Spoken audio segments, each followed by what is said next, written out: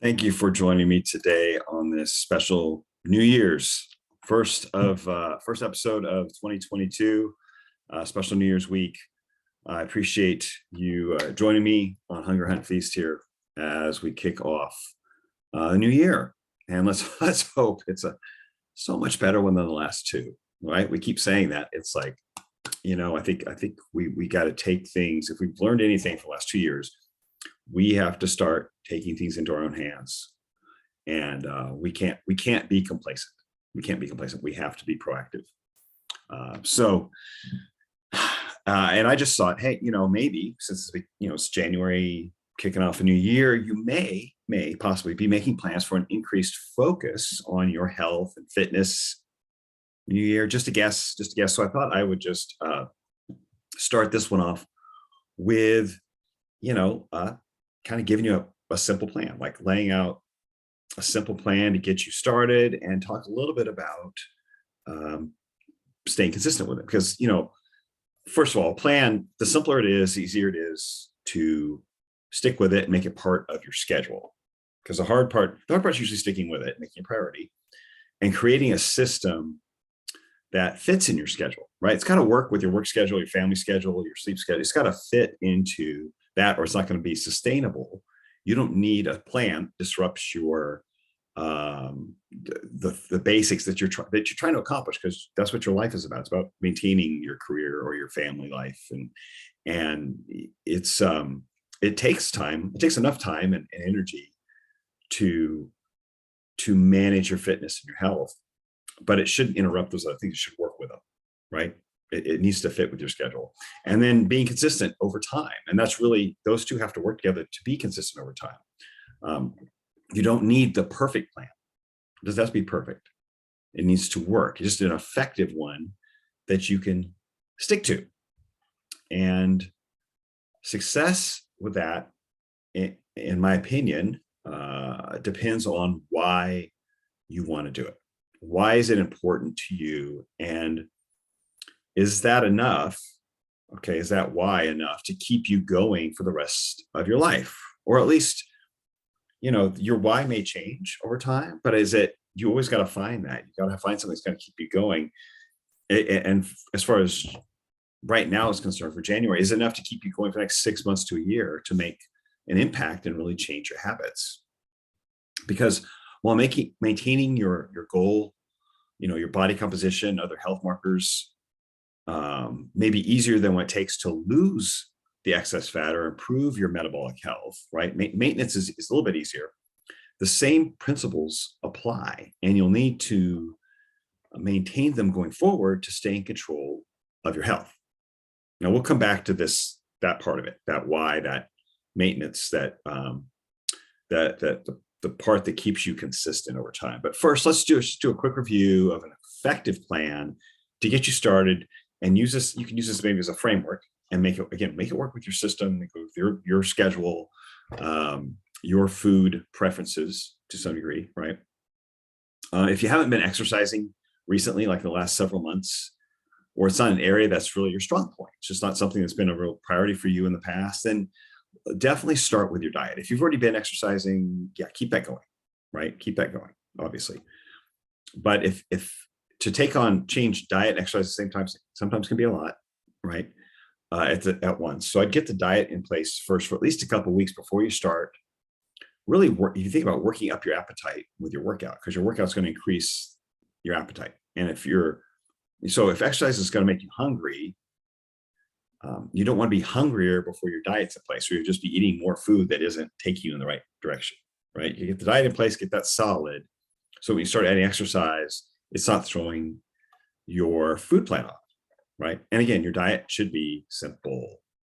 There's three main tools that you can use for fat loss, right? As far as you approach your diet, regarding your how you eat. So that'd be what you eat. So whether you want to do that in macros, or the type of food, the diet plan, the choice of food that you eat, how often you eat, and how much you eat. So it's what, how often, how much, right? And generally need to use at least 2 of these tools at the same time, if not all 3, for it to be really effective.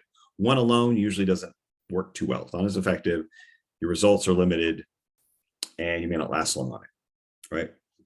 I found with my experience working with clients that if you properly address what you eat and how often you eat, then how much you eat can be reduced more naturally and more sustainably with less discomfort.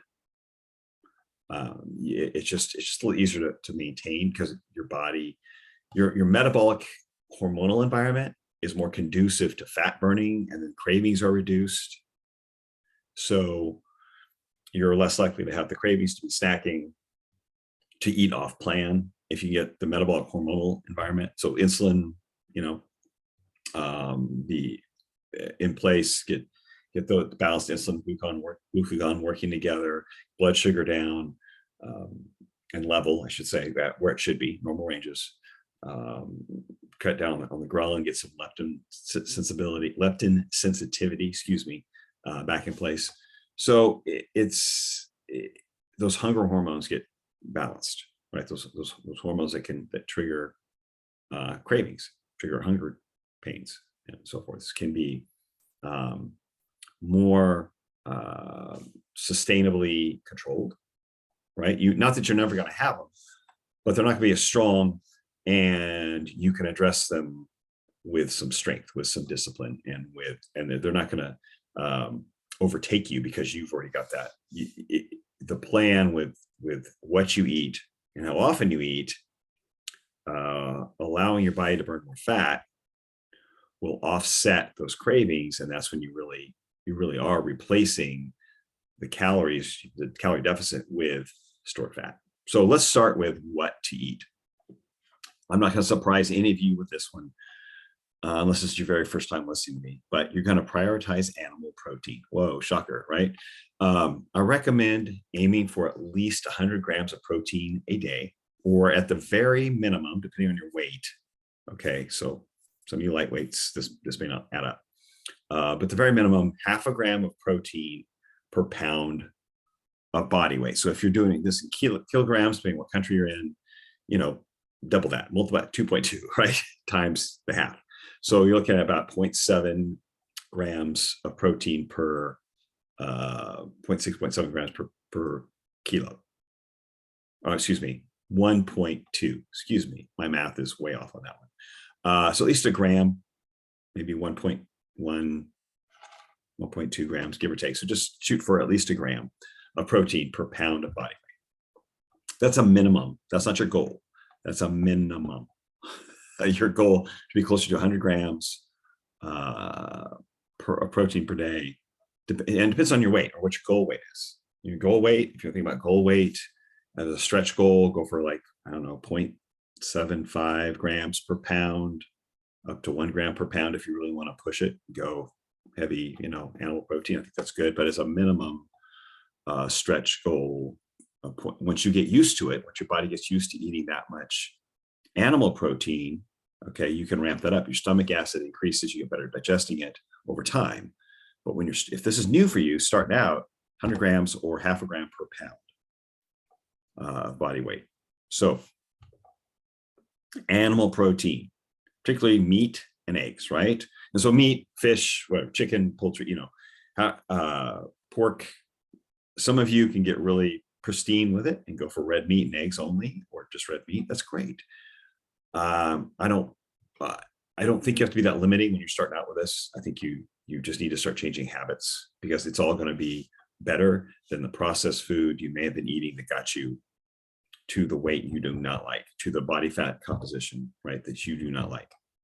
So,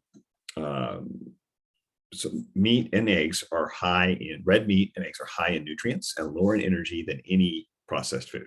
So you're going to be benefiting from it, from not only macronutrients, but your micronutrients, right? Your vitamins and minerals that you want.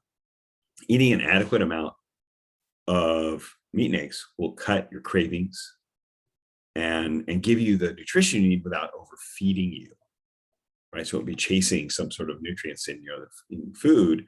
Now, it doesn't have to be pristine. Some of you are on a budget or have many mouths to feed in your family. And especially now, all meat is expensive. Well, moment, isn't it? So any meat, I know some of you might gasp at this, but even the basic ground beef at the grocery store is better than any processed food. So you start replacing things in your pantry, in your fridge, on your grocery list, and you're like, I'm on a budget again. Hey, grass-fed and farm-raised animals are excellent sources. They're ideal, but don't think you have to get to a point where you can afford these to get started. Just start with what you can afford, and then work your way towards that. Set those as goals for you, right? Success goals as you're able to buy better quality meat. But right now, just start buying what you can get: beef, the chicken, the pork. Replace processed foods, starchy foods with animal-based protein, with the accompanying fat that comes with it, right? And then next, once you've hit that protein goal and you got the protein in place, protein and the fat that comes with it again, we're not worried about, we don't need the leanest meat possible. Okay. Go for the fattier stuff. I don't necessarily mean bacon all the time. Okay. But cuts like pork roast, beef roast, dark meat, poultry, if you're going there, pork chops, those kind of things that have they're considered fat, right? They still have more protein than fat in them. That's fantastic. That's your goal. Next would be to add whole fruit or vegetables that you prefer, that you like, and can digest well, the ones that don't cause you to be bloated. For many people, raw veggies or even some cooked veggies can cause some bloating, digestive problems, inflammation. Fruit usually doesn't do that. So you want to limit fruit if you're trying to lose weight. You want to manage the sugar intake, obviously, the amount of carbs you're eating. But if you're going to eat some carbs, the fruit and the veggies, right? Whole plant foods are great for adding more magnesium and potassium, which are obviously electrolytes, right, to your diet. And then while adding electrolyte mix to your water is helpful, I mean, I do this every day. I use Relight every day in my water. Most people need to include foods that contain them as well to avoid dehydration, muscle cramping. Even in some cases, some people, not everyone experiences, but some cases, if you're not getting enough magnesium, potassium, you could experience heart arrhythmia or some increase in the stress hormones like cortisol, right? So you just got to figure out what your nuance, how much you need of that. But I would think you're going to need some source of potassium and magnesium from a food that on a close to daily basis, some sort, to avoid problems, especially if you're active, especially if you're working out, you're very active, or it's hot in summer and you're outside and you're sweating a lot. You're going to need it to, in my opinion, most people will need it. There's not too many people who can really go just meat, no fruit, veggies at all, or no other source of magnesium, potassium at all. You're going to have to supplement it if you don't, for those reasons. And it's certainly the case for me. So now, when comparing micronutrients of meat and eggs to fruit and veggies, again, the fruit and veggies had more magnesium and potassium and maybe some vitamin C, as I just mentioned, the need for them. But the whole animal foods have more of the other micronutrients. So you don't really need to worry about that. So you have like A, D, E, and K, fat-soluble vitamins are all in there. All the B vitamins are in animal foods. K is harder to get. I mean, certainly like liver would be the one to have K in it, right? And most have a higher amount of K, I should say, significant amount of K. Other minerals like zinc, copper, selenium, iron, phosphorus, choline, which is a nutrient, that necessary nutrient, it's great in eggs and liver. All those very present in animal foods, more so than the majority of vegetables. And some of them much more so than any vegetable, especially if you're comparing ruminant meat or red meat, right? Or if you're having some kind of liver of any kind, you're going to get those in adequate quantities. And then limit starchy carbs like potatoes or rice, okay? Limit those. And they're just adding energy. They don't contribute to micronutrients. significantly at all. You don't need them, especially if weight loss is your goal. You really don't need them. If you're already lean and you're trying to add muscle or compete competitively, then they can be helpful for added energy, quicker recovery between workouts. So you just have to judge that, but that's a different place. We're talking about primarily here. This is geared towards someone trying to lose fat, improve health markers, blood work, lower triglycerides, lower fasting insulin, then yeah, you really don't need them. So eat the animal foods, get the whole fruits and vegetables first, so that you're not so hungry if you do go for the starch. If you do have a starch, like a non-inflammatory, non-processed starch, like a rice or a potato or sweet potato, something like that. Now, things to avoid, and I'm going through this quick because this is a review. I've gone into this more depth in previous podcasts that you can look up if you want to get a little deeper with it. But this is a quick review. This is a quick, simple plan. You follow this simply, fill in the blanks, and you're, with your food preferences, and you're going to be good to go. It's going to move you in the right direction. Okay, so it's not too detailed to get you moving, right? So it's not too complicated that you avoid taking action. Really, that's what you want. Something simple to move on right now. So things to avoid: processed foods, obviously, which basically packaged in a bottle, bag, box, right? They're usually made up of a combination of processed foods, sugar, processed vegetable oil. So it's usually at least two, if not all three of those in there included. Vegetable oils being so-called vegetable oils are really seed oils, right? There's soy, safflower, sunflower, corn, cottonseed, canola, grapeseed, and rice bran oil. Avoid those at all costs, right? As much as possible. Highly inflammatory. Alcohol is also not your friend when you're trying to lose weight. Limit to 2 drinks a week or avoid it completely, ideally.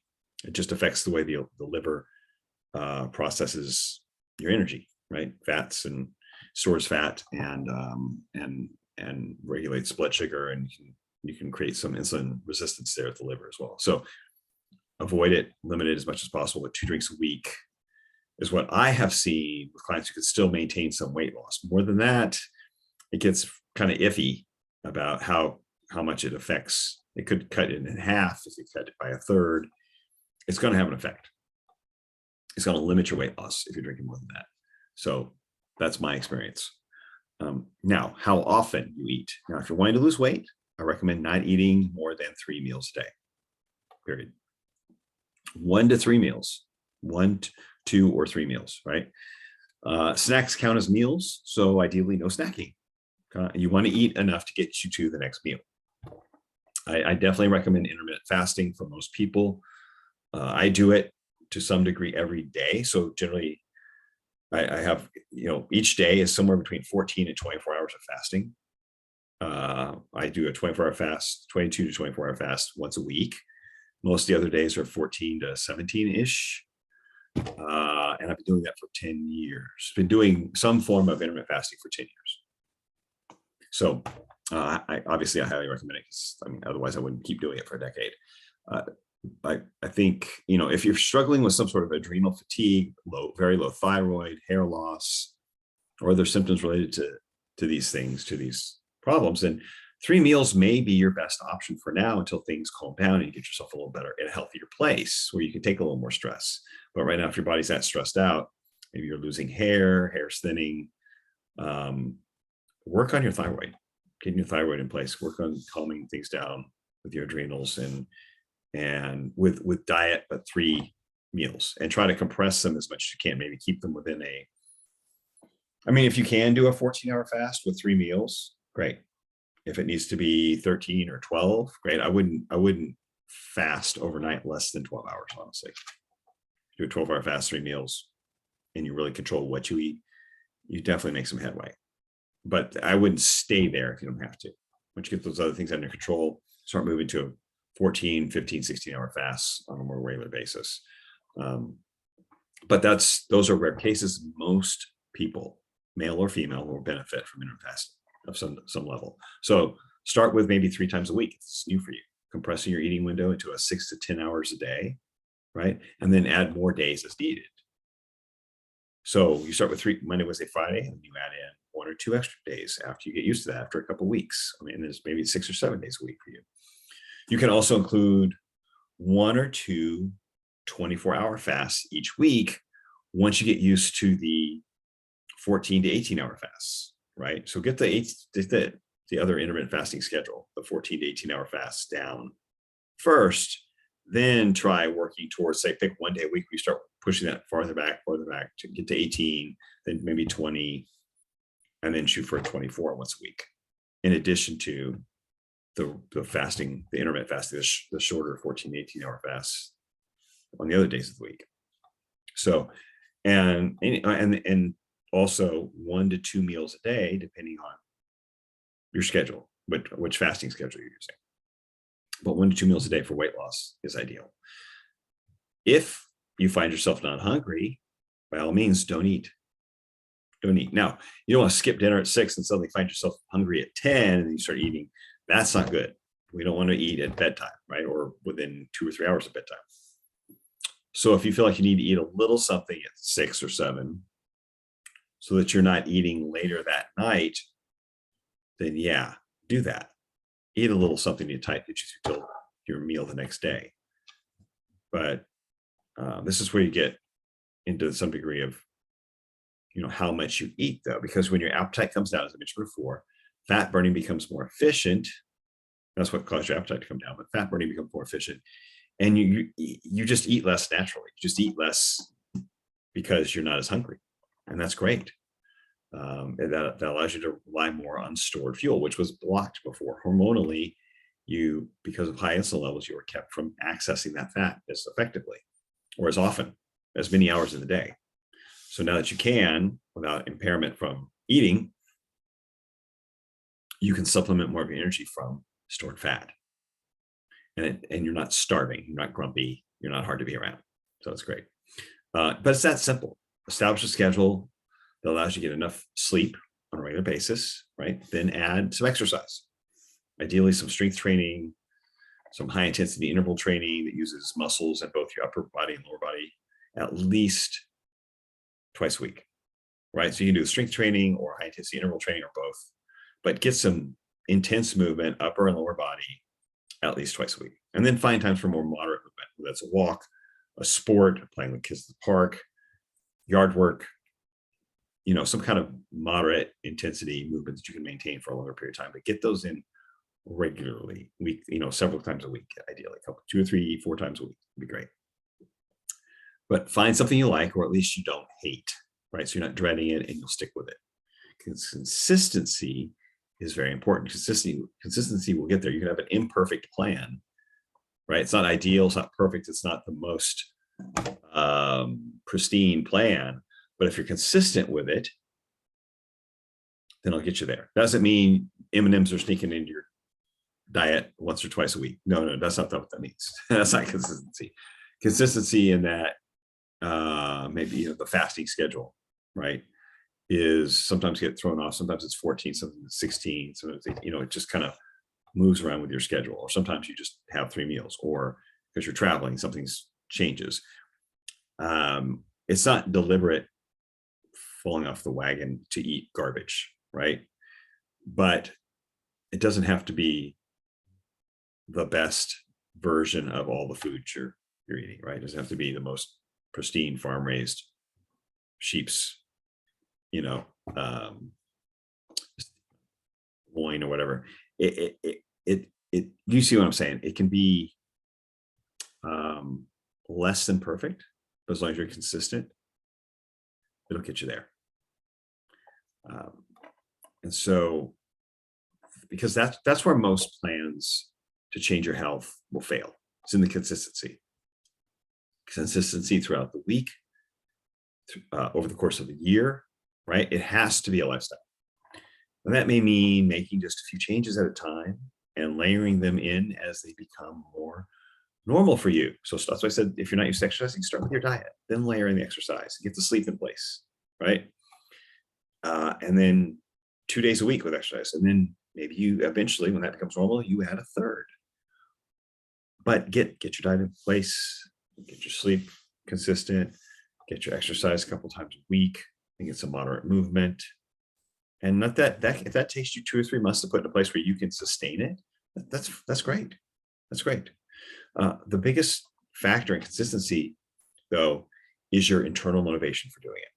So a trainer, a coach, they can help you, but they're only with you a limited amount of time during the week, and they're there for guidance or troubleshooting and some encouragement, but they can't make you do it. They're not going to be with you all week when you're having to make these decisions about what you eat when you go to bed. If you meet them to work out, then yeah, that helps check that box that you're getting those 1 or 2 exercise sessions in a week when you're with them, but they can't give you a reason for doing it.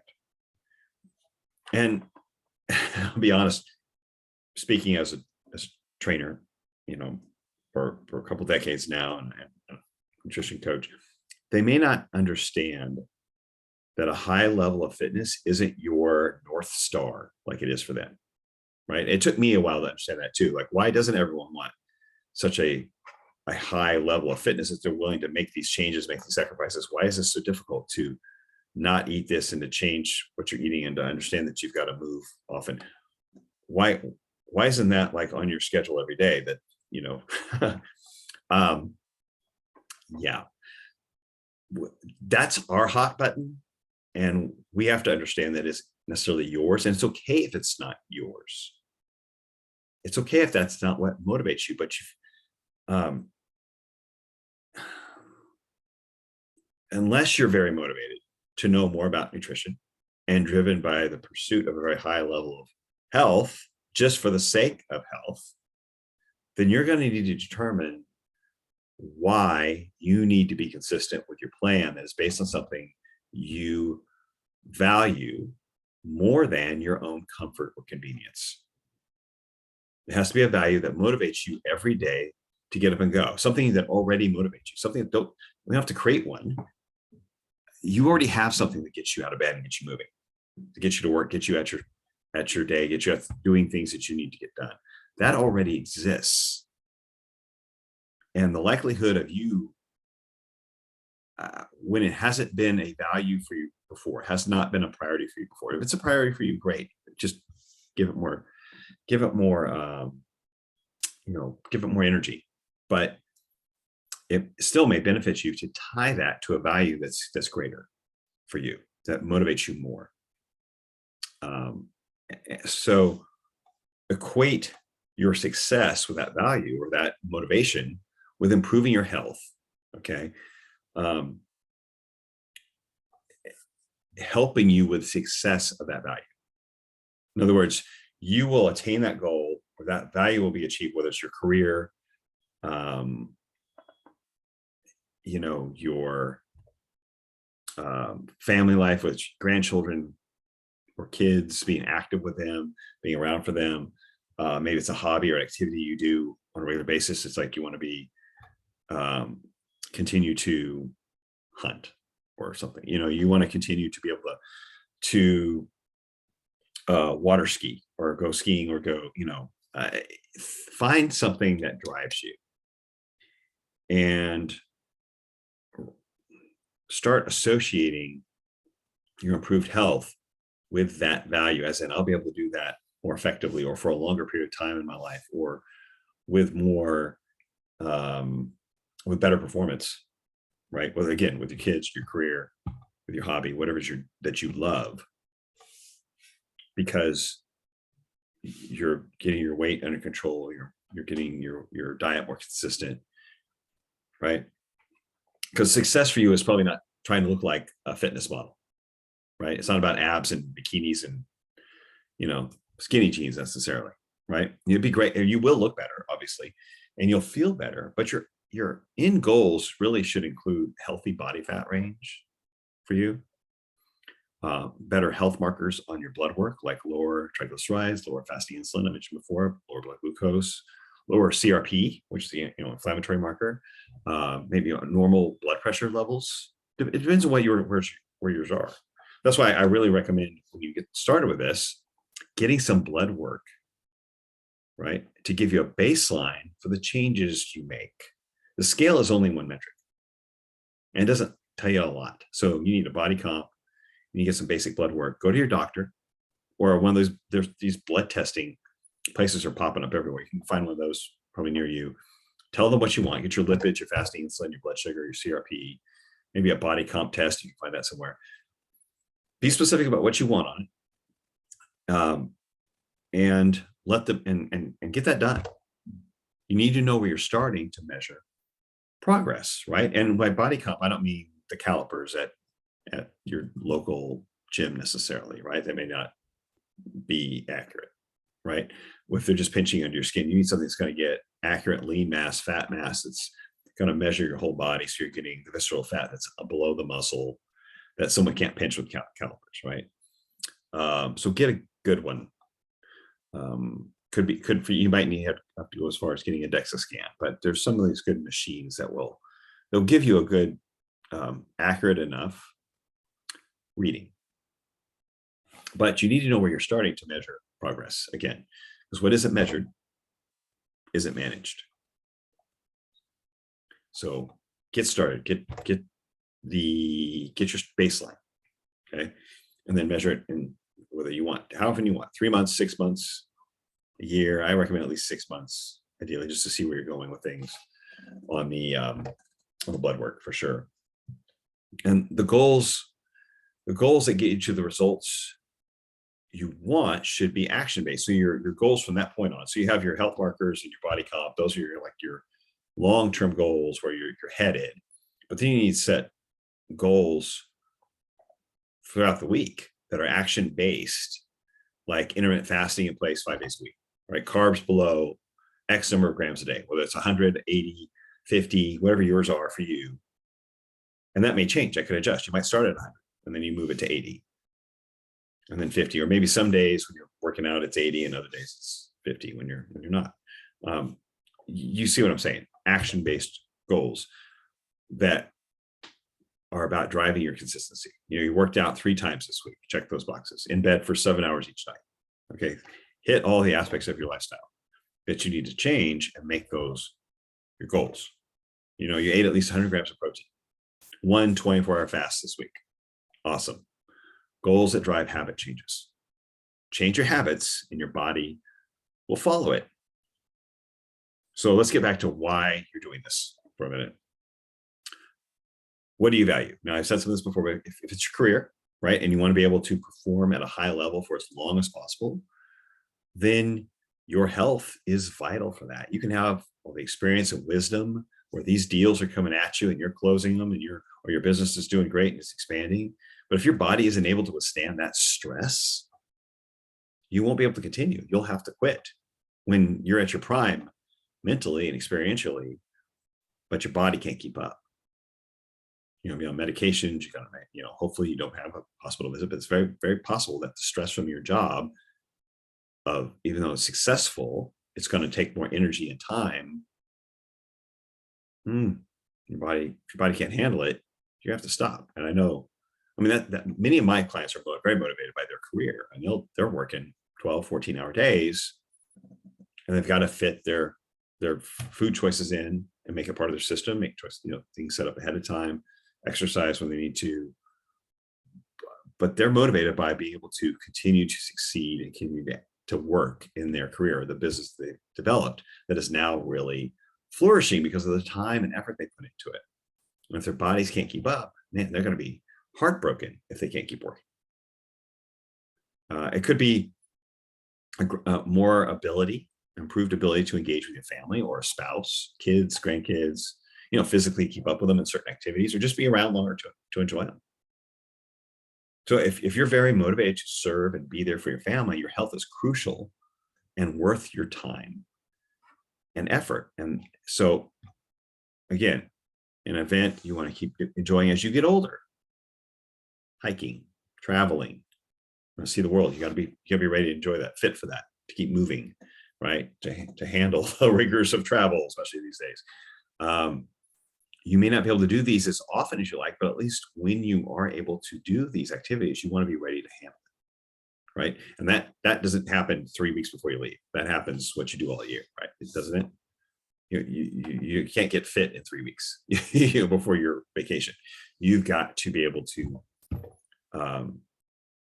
be in that place all year, moving forward all year, all the time. It's your lifestyle. So it must be a means to an end that motivates you. So I would recommend taking some time to figure out what inspires you to get up each day and get after it, right? What's your hunger? What drives you? Hunger Hunt Feast, the name of my podcast, represents much more than an approach to health. It's not just fasting and exercise and nourishment. Okay. It's your hunger is your drive. It's your desire to accomplish something.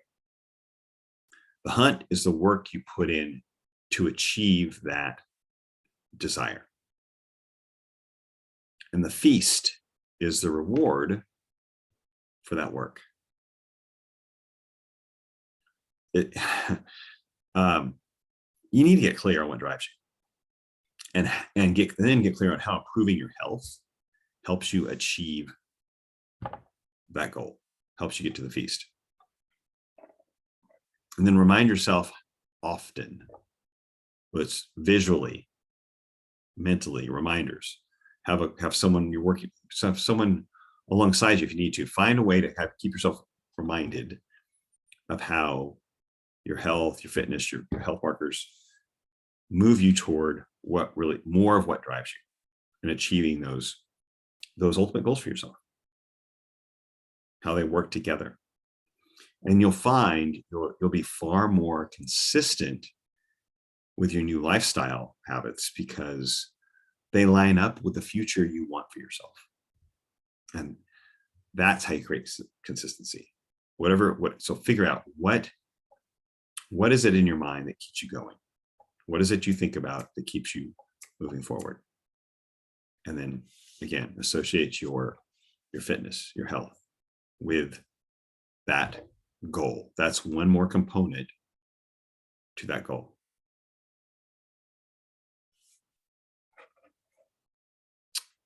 Have a great week and Happy New Year.